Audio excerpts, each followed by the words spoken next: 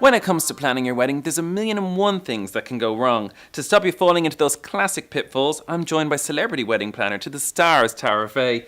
So Tara, you've 5 different tips for us to stop people falling into these pitfalls. One of the things that brides especially would often happen to them, where they would go wrong, is that when they're going dress shopping, they'll think that, well, everybody will always think that, oh, I'm going to lose a few pounds. But some brides will actually go in and say, no, I'm actually going to drop 1 or 2 dress sizes. Right. Maybe 1 dress size is fine if you're looking at 6 or 9 months or 12 months away. But to actually, with maybe a 3 or 6 month lead time, say I'm going to drop 2 dress sizes, not generally a great idea, especially if you're buying off the peg. So be realistic about what you're going to do. And a lot of dress shops will actually make brides sign a disclaimer saying that this is the size that I want to buy because I am going to slim into this. Oh my so, God. You don't want to end up with a dress where you're actually not breathing or your ribs are nearly cracking on the day of the wedding and you're going to fall over because you can't eat anything. So that's just something to bear in mind. And also with your wedding shoes, when you're buying them, don't buy them in a size or a height that you're not used to wearing. Buy something that you're going to be comfortable in because you're going to be standing for an awful long time, and also wear them around the house beforehand. A great tip is if you're going to wear them around and they're white or ivory shoes, put a pair of pop socks over them so they're not going to get dirty. Okay, so they don't get damaged, of course.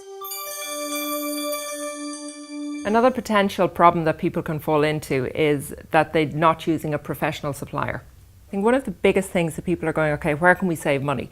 And one of the things they'll go, okay, we can save money on our photographer. I've got a friend who's doing photography in college, or I've got a friend who's a really good photographer. By all means, get them as your second photographer. Okay. But by having a professional photographer, somebody who is used to it, you're not just paying for their experience in taking photos. You're paying for their experience in the use of light. You're paying for their experience in how they're putting a photo together for the day. I mean, you'll find that sometimes it'll take them a few minutes to do the setup. The reason they're doing that is because they know how the photo is going to look at the end of the day. Okay, so the reason why you're paying for these, whether it be a photographer or a makeup artist or whatever, is because you're paying for their expertise at the end of the day. You're paying for their expertise and their experience, and because they know what they're doing. So you know that is what you're paying for. Most people, like most students, yes, you can get a student to go and make your dress. You can get a student to do your hair and makeup. You can get a student as your photographer. But do you have the guarantee that the photos you have at the end of the day are ones that you're going to be able to put in a frame and look at 40 years time and go, that actually will look as a really good photo of me? Some people will say, well, what guarantee will a professional photographer? But a lot of them are affiliated to associations. They will have professional indemnity insurance,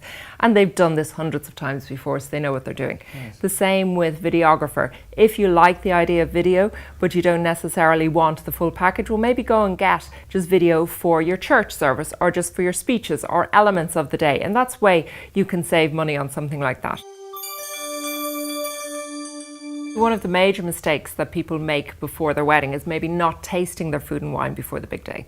And they'll say, oh, so-and-so saw a great deal in North of Ireland or somewhere else, and I saw a great bottle of wine, it's $3.99, I'm going to go up and buy 10 cases of it. Okay. And we'll go, well, have you actually tasted the wine? And they go, oh, no, sir, it says it's fine on it. Somebody else had something similar to it. Don't go off and spend €600, €2,000 on a load of wine that you've never tasted before, because in case you open it, something is horrendously wrong with it, or you actually don't like it, you're left with all of this wine and people looking at you. You can't do the wedding of Cana at the wedding day. That only happened in the Bible. It's not going to happen on your wedding. And also, because something reads well on a hotel menu or in a venue menu, doesn't mean that you're going to like it or your guests are going to like it. So do go for a tasting, or do ask to sit down with the hotel wedding coordinator or the chef and go, why is this with this? What do you recommend putting this course with this course? Why would we need a sorbet course? And ask questions. People always are afraid to ask questions of their venues. Don't be afraid to ask the questions. You're never going to find out unless you ask the questions. The other thing is with, say, hair and makeup. I think a lot of brides will make the mistake of not having a trial beforehand. And the worst thing that can happen to them is that they're going to walk up the aisle and their future husband-to-be turns around and goes, oh my God, who's that coming towards me? Because they're going to go and get something that is completely different to the way they normally look. So that's something to bear in mind. Go and be yourself on the day of your wedding, just a nicer version of yourself. Well, another thing that can go horrendously wrong, of course, is the music. There's always music, there's always a band at weddings, but it can go wrong, can't it? There's always music, there's always a band, and people think, again, another way to save money, and so-and-so has a friend or a cousin who's in a band, they're great, they really want to do weddings, and they're only going to charge us for the hire of the PA, so we're going to only have to pay €300. That is not a way to save money. Again, the reason you're paying for professional musicians is not just that they can play the music.